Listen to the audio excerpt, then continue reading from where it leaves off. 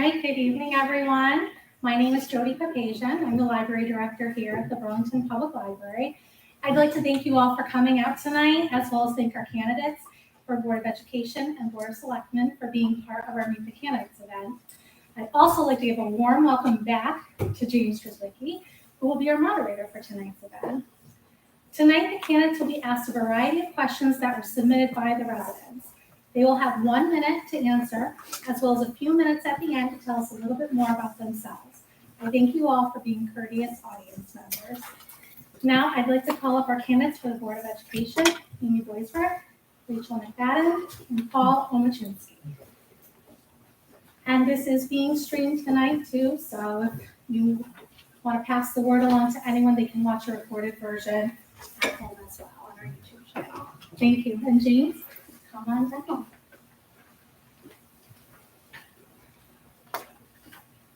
So we picked the order, right? Yes. Okay. So who's up first? Okay. Can we just start from the top down? Take it from the top. Okay. Here we go. You ready? Whose responsibility should it be to decide which materials are included and displayed in school library collections? Well, first off, I believe most books should be in the library, depending grade level, depending on the ability of the students. I would ask the librarian who has the best content knowledge what books are appropriate for what students. However, with regards to the content in it, my recommendation, of course, would be to have, just like they do with the movie theater, they have a restricted area in which their parents would need to provide clearance in order for them to get the books to take them to read. Yes, I agree that the librarians are the ones in charge of putting the books into our libraries, but I do not think that there should be a restriction on the books that we are providing our children. Books are giving our children the opportunities to grow as individuals, to give them the opportunities to see the world, to see reality, to give them a safe space. So I believe that books should be open to all students coming into the public library, going into our schools to look at our books, to take out our books. It is the parents' right, yes, I agree, to say to the child, hey, you know what, that's not appropriate for you right now, but books should be open for all. And simple answer is I can't disagree with anything that's been said. The librarian has that responsibility. That's what that training is for. Ultimately, the superintendent oversees what goes on with the librarian, but librarian is the proper person to make that choice, being certain that age-appropriate materials in the areas of the library, which is how it's managed. All right, so question 2. You ready? Teacher burnout and turnover is at an all-time high. How can Region 10 support its teachers and staff in order to ensure that students are receiving the best education possible? As a teacher for over 20 years in West Hartford Public Schools, yes, there's a significant problem with teacher burnout. There's a significant problem with retaining our teachers. I have heard from many parents, and I have heard from teachers in our school system that are that want to leave, that don't want to stay. They are not given autonomy. We need to give them their autonomy to teach the curriculum to the best of their ability. We need to be able to give them their fair pay and to give them pay that equals what other districts are paying their teachers so they don't leave. We need to keep our teachers. We need to keep our really good teachers. They leave. They go to Farmington. They go to Avon. They go to Simsbury. Why are they leaving? We need to find that out. We need to give them the autonomy, fair pay, and we need to be a voice, or we need to hear their voice. We need to be able to listen to them and support them.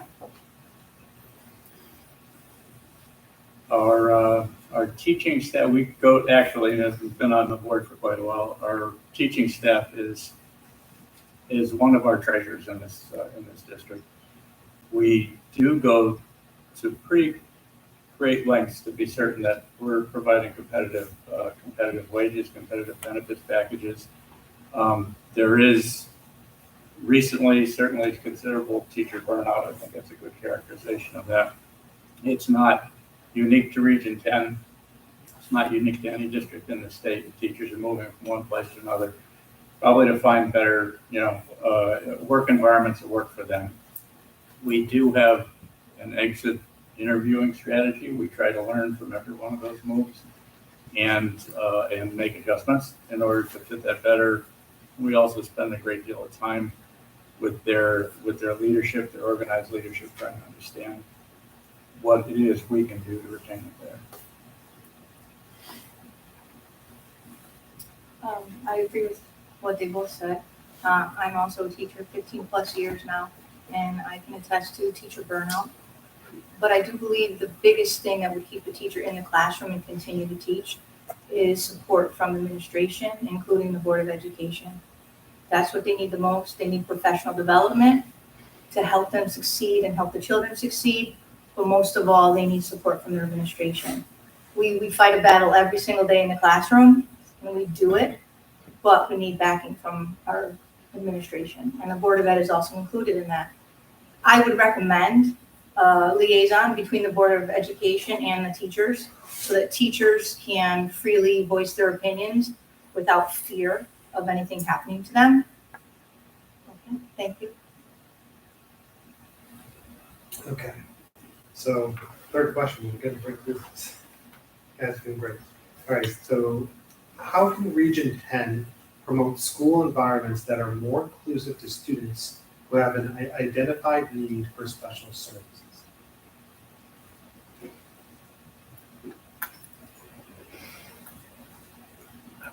More inclusive and identified. So our special services, student special services department, like any, spends a fair amount of time identifying needs and creating a specific learning program for those students, and with the consistent goal of trying to be certain that they're in the whole student environment as much as is possible, depending upon whatever their needs are.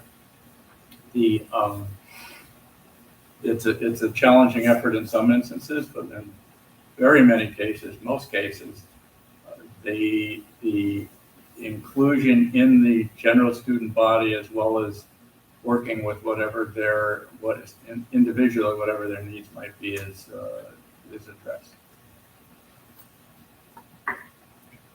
First and foremost, in order for the children with special needs to be included in all of the classrooms, we need support staff. We need special education teachers, because that's what's going to make it happen. The support staff is huge. We need paraprofessionals. We need more than we have and any school district has. Because when you mainstream students with IEPs, they need support because they do have a specialized program. Once we do that, and then we get the administration on board, we increase pay, if possible, to get more paraprofessionals wanting to come into our profession. That is the way that we're going to be able to get everyone included in the classroom. Without the support, we can't do that. Once we get it, we'll be able to. Also, we need the administration to promote specialized programming services that can be offered, because many times parents are unaware of what we can do for their children, but we are limited with resources. Yeah, I do agree that we do need professional development for our paraprofessionals and for our teaching assistants. We need to give them fair pay. They're not getting paid enough to do their job. They're in classrooms. They are supporting behaviorally challenged children. They need the support. They need the professional development to do their job and do it correctly and do it so they stay and they want to move on, maybe go back into teaching, maybe do something in the teaching field, the education field, but as administration, we need to support those ideas. I am a special education teacher, so this question is kind of a little unfair. I teach in an elementary school, public school, and I have been a special education teacher for over 20 years. I have seen the gamut of kids with their individualized education plans. I see the need for paraprofessionals, but I also see the need for them to work independently in the classroom. Question 4. Schools across the state are limiting student access to restrooms to address concerns such as vaping and vandalism. How do you think school standards can be upheld while also providing for students' individual needs? With regards to restrooms? Yeah. Well, I've thought about this a lot. I have both a male and female child, and they both tell me what they see in school, what they've heard about in school. I have a solution to that. I have a door and a key, and if they need to use the restroom, they need to ask to use the restroom. One child at a time, one in, one out. If someone finds something in there, they'll know who was in there previously. I do work in the school system inner city. We do function like that once in a while when need be, when we need to make sure that there is one child in the restroom at a time. With regards to special needs, I think you mentioned as well. Students with individual needs. Okay. I believe all schools are equipped with ramps or elevators, or I don't know necessarily that there would be anything obstructing a child from using the restroom, but I have not fully walked around Harbor or Lewis Mills to check that out. I too have a student, it's at the high school at the moment, and yeah, she does tell me that it is hard to use the bathroom because of the vaping that's going on inside the bathrooms. She tends to go and use the bathroom in the nurse's office because it's a safe place to go. She should not feel, as any student should not feel nervous or worried about having to go into the bathroom to use it appropriately and have people sitting on the floor vaping or doing other kinds of things. So, bathrooms should be open to all. I don't think that keeping it locked is beneficial for anybody. They do have a system right now where you have to use your personal device and sign out for the bathroom. So teachers are and administration is aware of where everybody is, but it's not working. You have to do something different. Particularly challenging 2 questions in there. I think the first one is covered by the ADA requirements, so I'm quite certain our buildings accommodate individuals with any special needs. The second one is much more challenging, and we've in the district seen it come and go differently over the years. Tobacco at one point in time, now it's vaping. It's something the administration needs to address. It's a very difficult one, but probably nothing short than staff engagement a little more frequently. All right, final question. What do you feel are the top 3 concerns facing Region 10? Am I going first? Okay. The top 3 challenges of Region 10. I think one of the top 3 challenges, one is communication. I really think the superintendent needs to do a better job, and the administration, not so much the principals, but really the administration needs, the Board of Education needs to do a better job of communicating what is going on in the district to the public. Yes, it is true they have meetings every single month. Yes, it's true that their agendas are posted. I actually post the agendas on our Facebook page, the Region 10 store page. I'm the one who posts that. I'm trying to encourage parents to go to the Board of Ed meetings, and so communication, I think, transparency from the Board of Ed. Yes, their meetings are posted. Yes, their minutes are posted. We need better communication. Another thing I think is an issue is for every student to feel safe, every student to be included, every student to know that Region 10, their school, their middle school, or their community they feel safe, they feel welcomed, and they feel like they belong. I didn't get to my third. From my perspective, probably the top one that's been most concerning to me has been our kind of stubborn academic score loading, and we put a lot of effort into it. The board is very focused on this with their superintendent, but we consistently manage to struggle with group it all as test scoring, but we're striving for, and really wanting our community to have a district that is producing students that are managing to do better than we're seeing right now. Considerable effort being put into that, but probably the most stubborn problem. The second, probably very much in line with what Rachel is speaking of, is we understand there's concerns around, we'll categorize it as bullying. It's that, are the students feeling welcome and included, and does it feel like a safe environment to them? And I got two in. I'm gonna try to do three. My background is a reading specialist. I believe the number one, and I'm gonna bounce off Paul, the number one issue I think Burlington's facing is a low test scores. We need a robust curriculum, and we need to start in the K-3, which is the push. We get a push in the K-3 curriculum. We get a really good reading program. We're gonna reduce the number of IEPs, and which in the end could save the taxpayers money. And I also believe that was number one. Number two, I believe in transparency and communication. That has to be huge from top Board of Ed, superintendent, right down to the administrators, right down to teachers and their paraprofessionals. That is huge. The parents need to know exactly what's going on. And number three, I am also gonna bounce off of them, is safety. Our kids cannot learn if they're in fear. Our kids cannot learn if there's a disruption in the classroom. I can attest to many hours being taken away from instruction time by having to deal with issues in the classroom. And I know Burlington is not escaping that. That's all the questions. Okay, so yeah, you get 2 minutes. Okay, I'm tired. I can read right from my sheet. Yeah, Okay. Paul gets to. Paul's first. I can read from the sheet.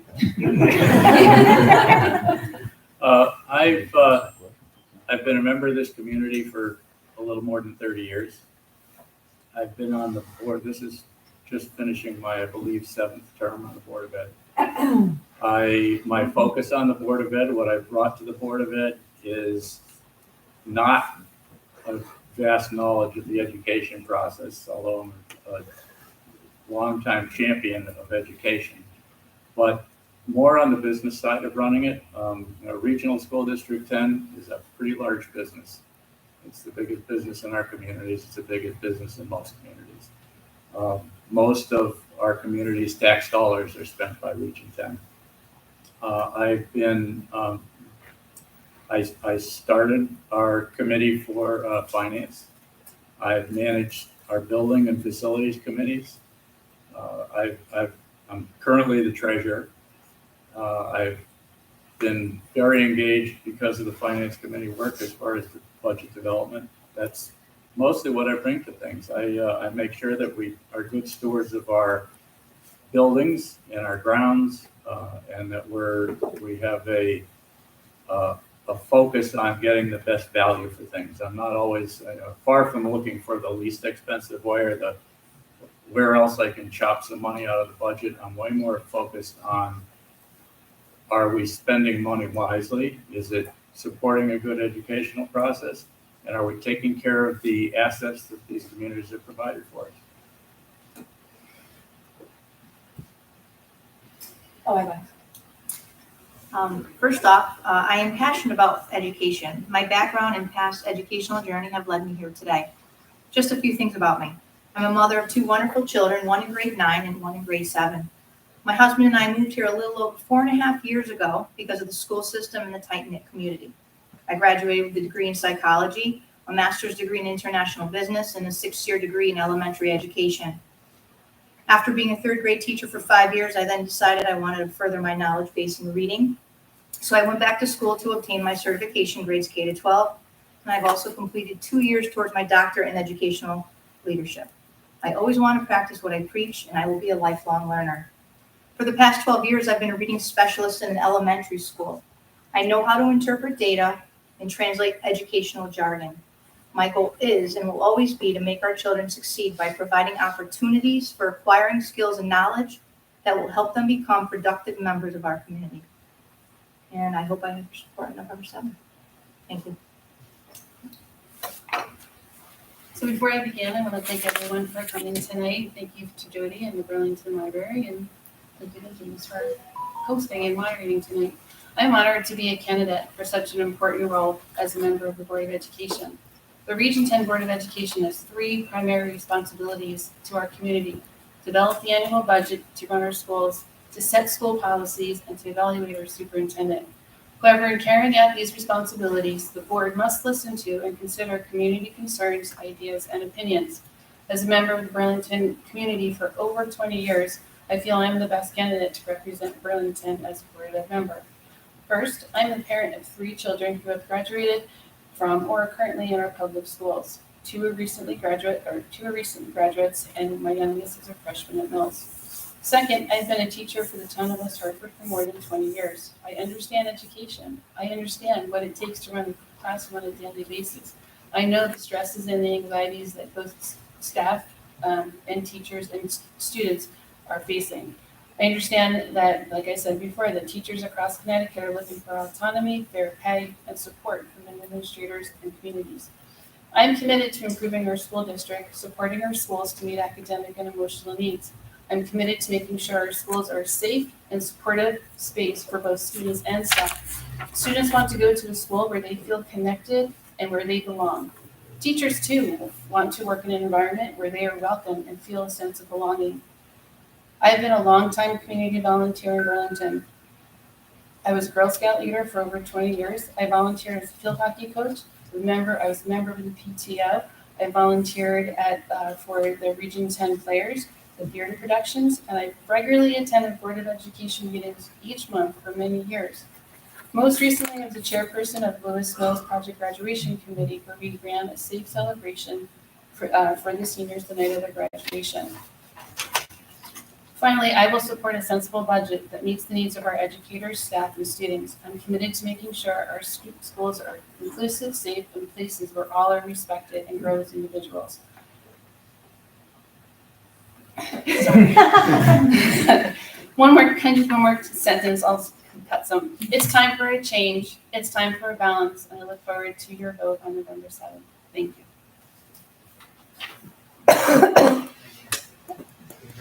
Thank you.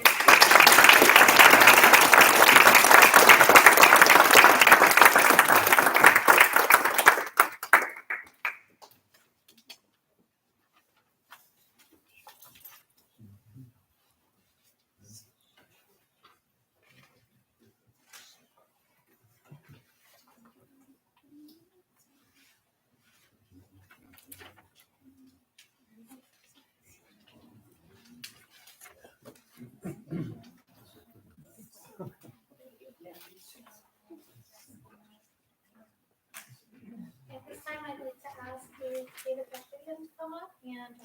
School library or library here? Oh, okay. I figured it isn't library. So what? It's the library. In the library.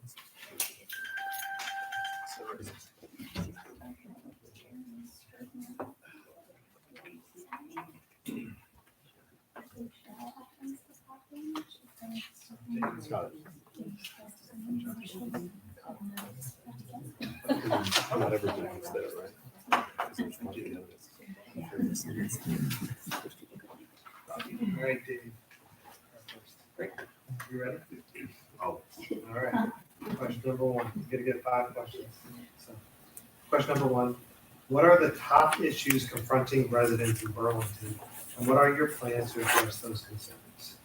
Well, I would say that the top issue that is facing sorry, could you just repeat this? Yeah. What are the top issues confronting residents in Burlington? The top issues, that's all, that's fine. Yeah. The top issues, I'd say, I mean, obviously everybody wants their taxes low. They want to keep their taxes as low as possible. I've been active in the budget process during my first term. I will continue to be active. I've looked for ways to, actually, I'm just thinking of a recent example.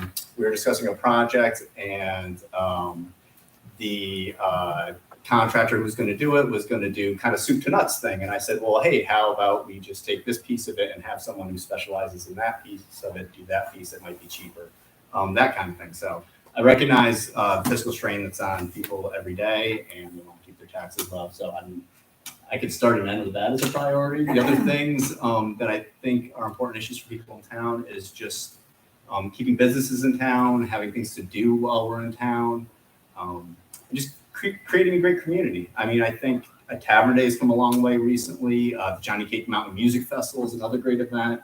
I think people are looking for things to do in town. I think people enjoy doing these things, and I would keep encouraging these types of activities.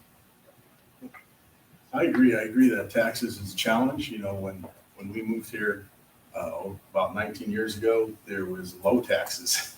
And then there was like a 7-year stretch of tax after tax after tax. And then finally, when Doug came in, he reduced taxes 2 years in a row. One of the other things I liked that he did too was he reinvested our money into really good, sound investments. And we went from increasing $40,000 to $1 million. That's a big difference. And that's really important to the community. And I don't think everybody realizes that or knows that.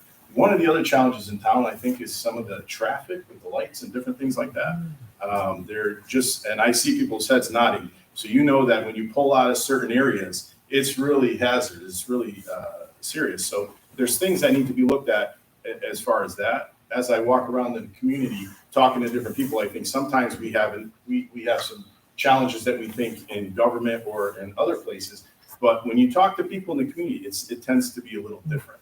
So with that, Okay, so you're up next. Yay. Yeah. So since the last town election 2 years ago, there has been almost no progress at Library Lane. What are you going to do to advance the development of our town center? Yeah, see, that's one of the reasons that I'm running for Board of Selectmen is because the progress is not moving fast enough. It's not moving when the community asks for something and the town agrees to it and the community has a mandate and they approve something and then it goes to something else. That's a challenge. We need to keep when we say we're going to do something, we need to be people that are going to do it and make it happen. I've been in business for 30 years, negotiating contracts, and being as an independent, I can negotiate with all sides and bring everybody together because I have a gift of doing that. I have experience of doing that, and I've project managed. I've put budgets together and different things. But when you commit something to people, you have to drive that commitment and not change it as you go to make it harder and harder for us to accomplish it. I see a liquor store there. That's fine and dandy, but what about all the other stuff? I wasn't excited to see that myself. And that's one of the reasons I'm running, because of the gridlock that's happening in our community. And could you just repeat it? Sure. Since the last town election 2 years ago, there has been almost no progress at Library Lane. What are you going to do to advance the development of our town center? Well, first, I would respectfully disagree with that. There's been no progress on Library Lane. Before the last election, there was, I don't believe, any liquor store there. Now there's a liquor store there. I think that happened since the last election. The town sold it, or not now, but there has been progress. What I would personally do, I mean, in addition to that, excuse me, there's also been some studies, some sidewalk engineering done. There's been other progress made towards on Library Lane.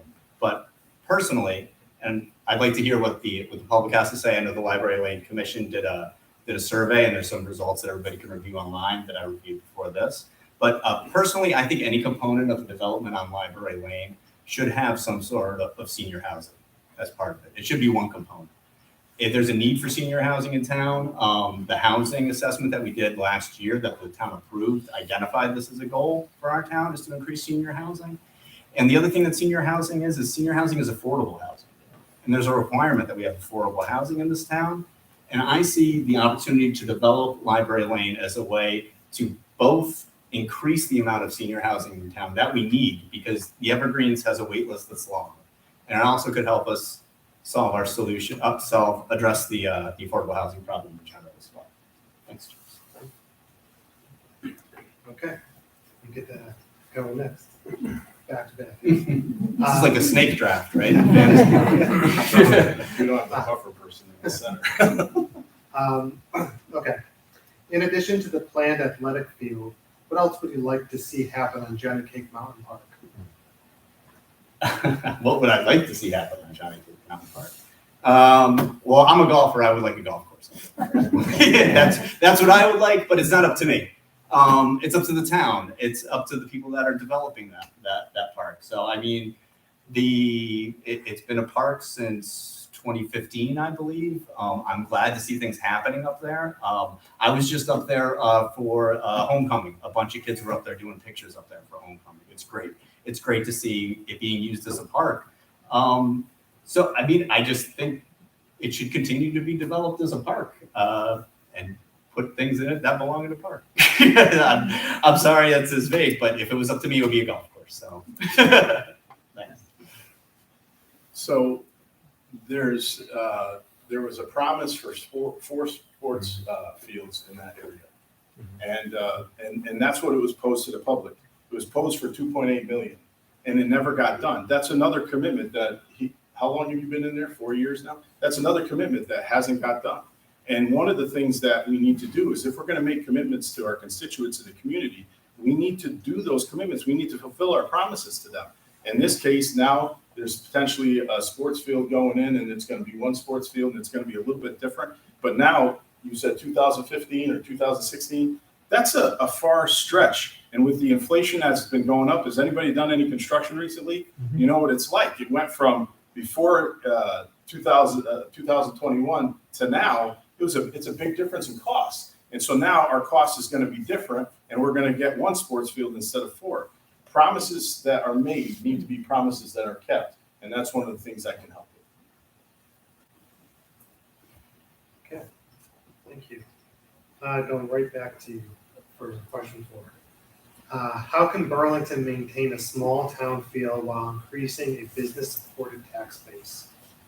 That's really a really good question. I appreciate that because we have some cool things in this town with the cider mill and Tons and Larson's Farm. We need to keep improving in those areas that keep us that small town feel because we're a destination in Burlington. People love to come here, especially in the fall, especially around this time of year. If you go down to the cider mill, there's cars there all the time. I was at Larson's yesterday and it was packed. They had a cool crafts fair and same thing with Tons. They're bringing apple fritters and stuff like that. So we need to continue to do that. But I do agree that we need to do some senior housing too. And that'll also help our community with the tax base and things like that. But we also need to develop that library lane. But things that are going to support our community and not a marijuana distillery or distribution center. Because that's one of the things that I heard was approved. And that's really bothers me. Keep that stuff in the city. Keep that stuff in Hartford. We don't want that in Burlington. Can you repeat the question? Sure. How can Burlington maintain a small town feel while increasing a business-supported tax base? It's a great question, and I especially like it because I would like to maintain Burlington's small town feel. It's funny because when you go door to door and talk to people, some people want, a big supermarket on Library Lane, and other people said, "Why did they ever build that Cumberland Farms? It's way too much. We should have kept it as a stop sign in the center of town." So there's a lot of different points of view. I tend to lean towards we should keep Burlington as a small town and continue the small town feel. That's one of the things that attracted me to town in the first place. And I once again, I'd go back to Library Lane. I think the reasonable and well thought out development of Library Lane is going to help support businesses in town. As I mentioned, I think one component of that development should be a senior center. Or senior housing, should be senior housing. It could make a nice walkable area where seniors can get around, where they can, patronize the small businesses that could go in that area. And one of the mixed use development was one of the things that came back in the Library Lane's survey when they asked the town residents. So I would think that a reasonable and conscientious development of Library Lane would help support small businesses while also aiming to keep Burlington a small town. Thank you. All right, last question. You guys ready? Great.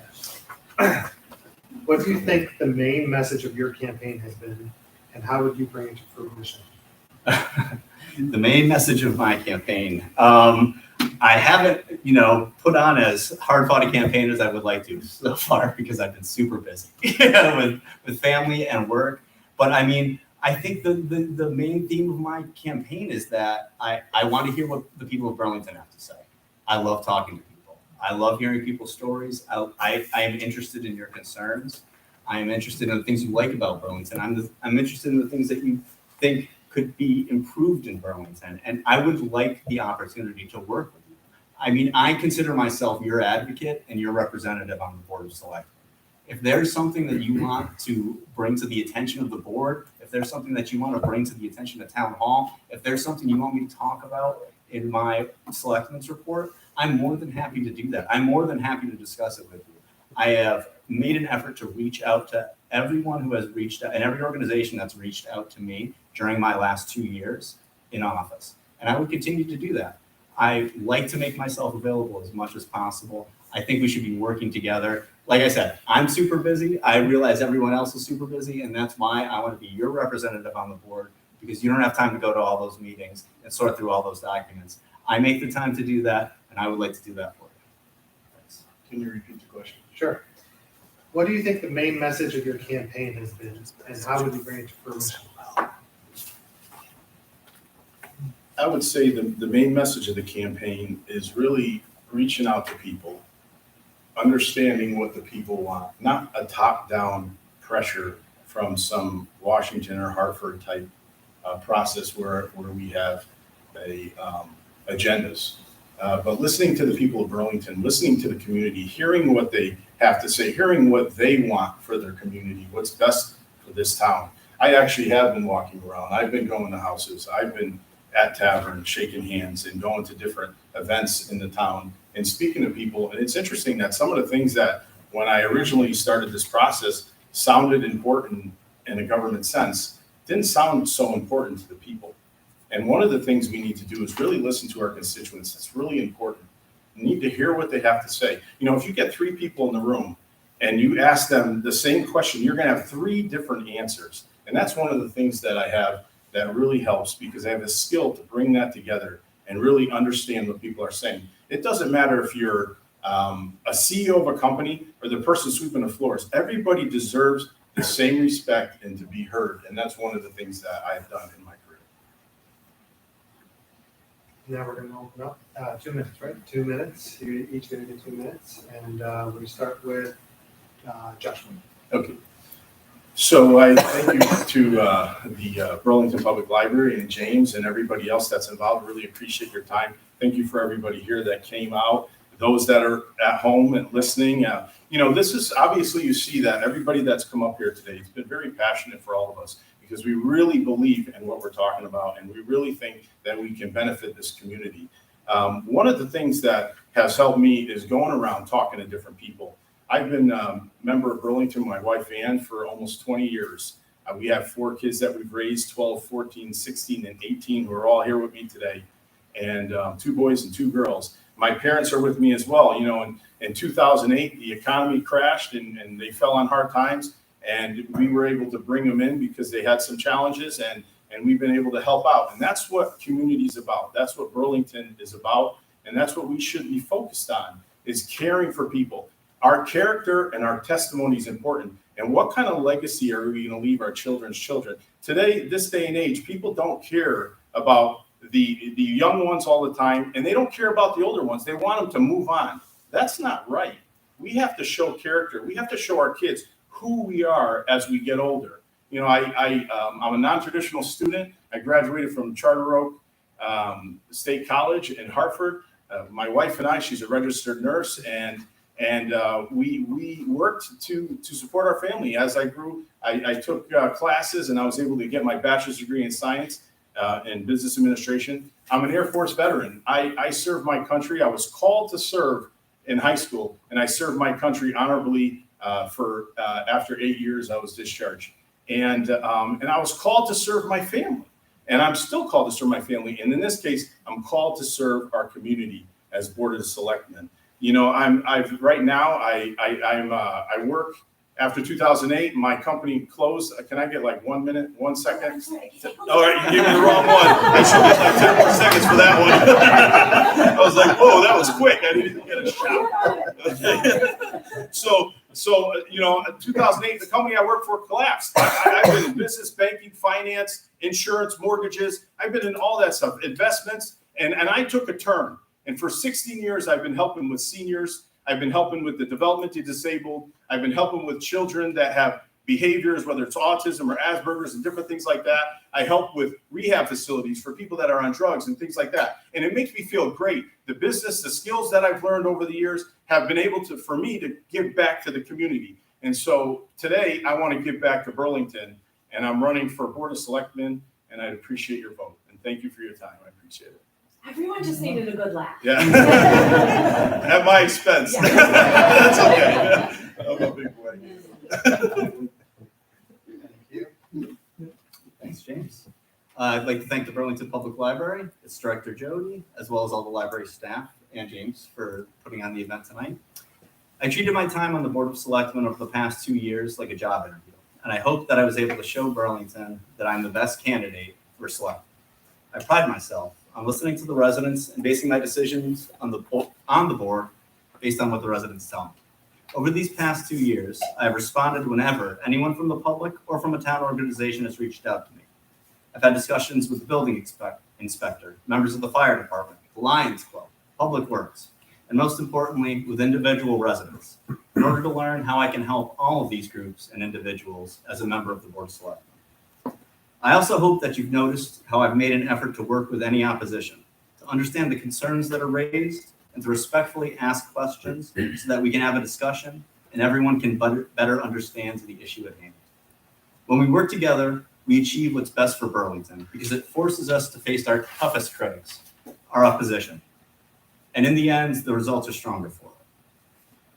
These qualities I have demonstrated over the past 2 years, listening to the public and working with the opposition, are integral to approaching what I see as the most significant matters facing Burlington, which we've already touched upon with the questions tonight.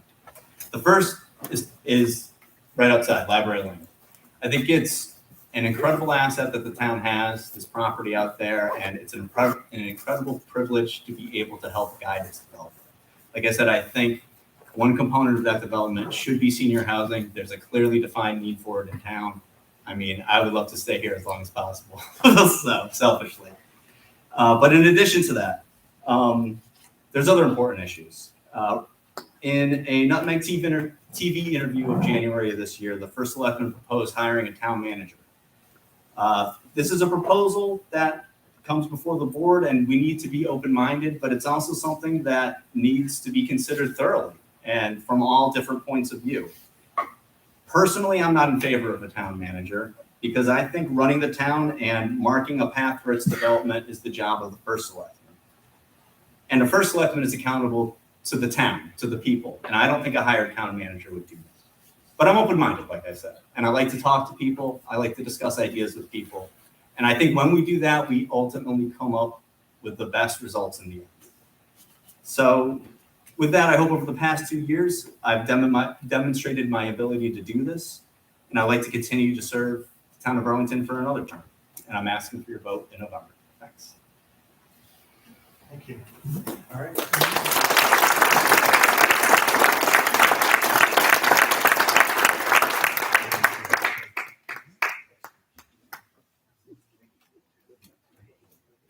To thank James especially and all of our candidates and all of you for coming out tonight. I have to do a plug for the library. We actually do more things here than meet the candidates. So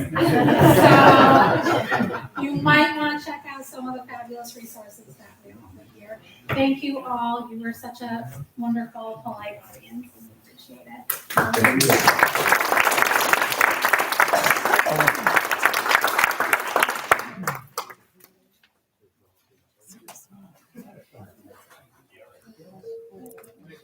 Your favorite answer.